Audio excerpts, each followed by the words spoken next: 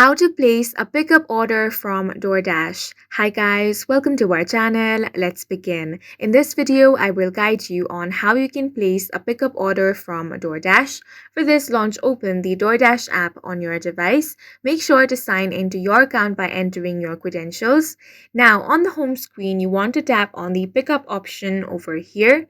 Once you tap on this, all the items with pickup option will be visible. So all you want to do now is find the item that you want to purchase.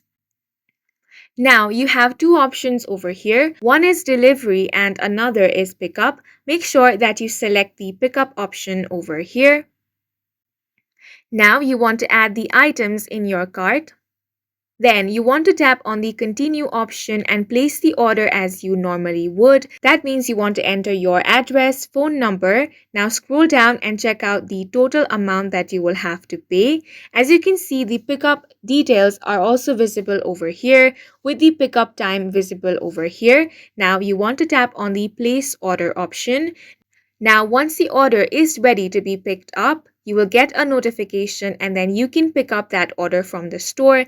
And that's it for this video. If you found it helpful, please make sure to hit the like button and subscribe for more videos like this.